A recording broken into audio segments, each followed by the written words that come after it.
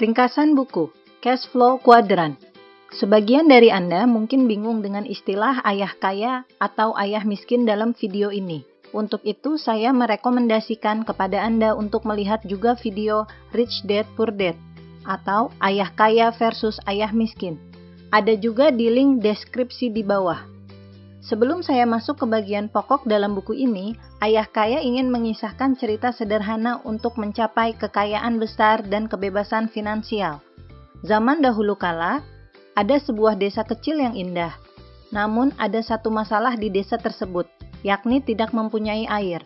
Para sesepuh desa memutuskan untuk menawarkan kontrak pengiriman air setiap hari ke desa. Dua orang mengajukan diri melakukan tugas tersebut, yakni Ed dan Bill. Perbedaan yang dilakukan. Ed langsung membeli 2 ember dan berjalan bolak-balik mengangkut air dari danau ke desa.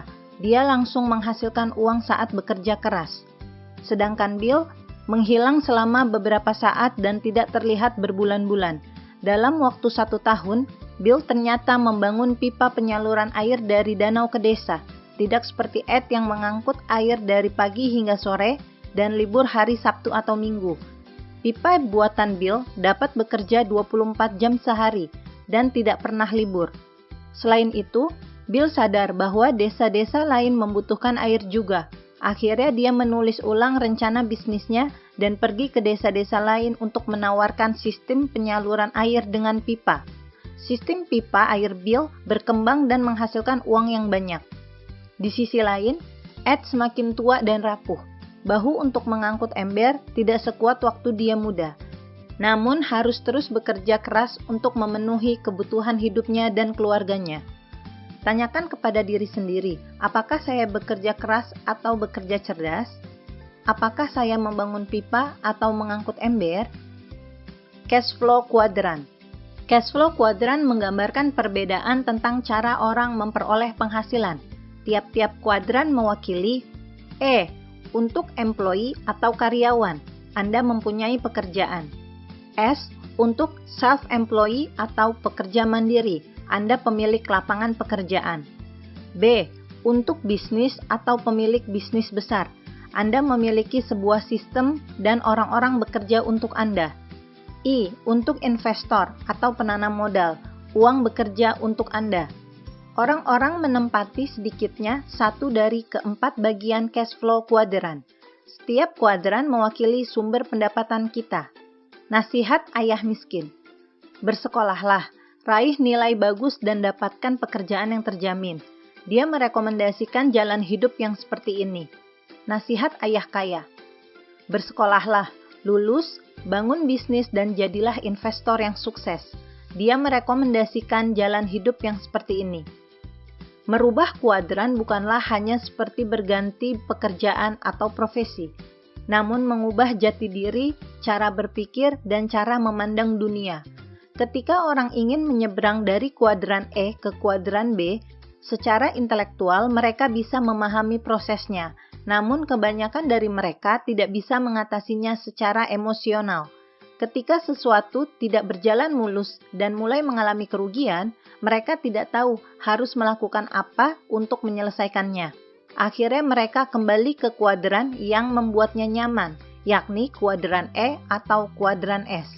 Berikut ini merupakan karakteristik yang membedakan orang di tiap-tiap kuadran. Orang di kuadran E berjuang untuk keamanan.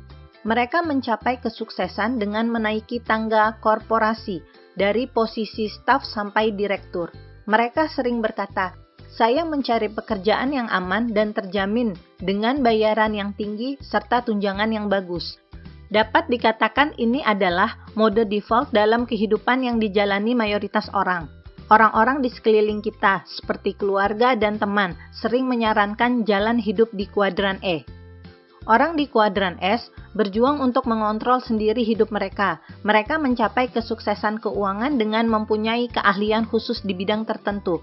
Mereka adalah orang yang ingin menjadi bos atas diri mereka sendiri. Mereka tidak suka penghasilannya bergantung pada orang lain.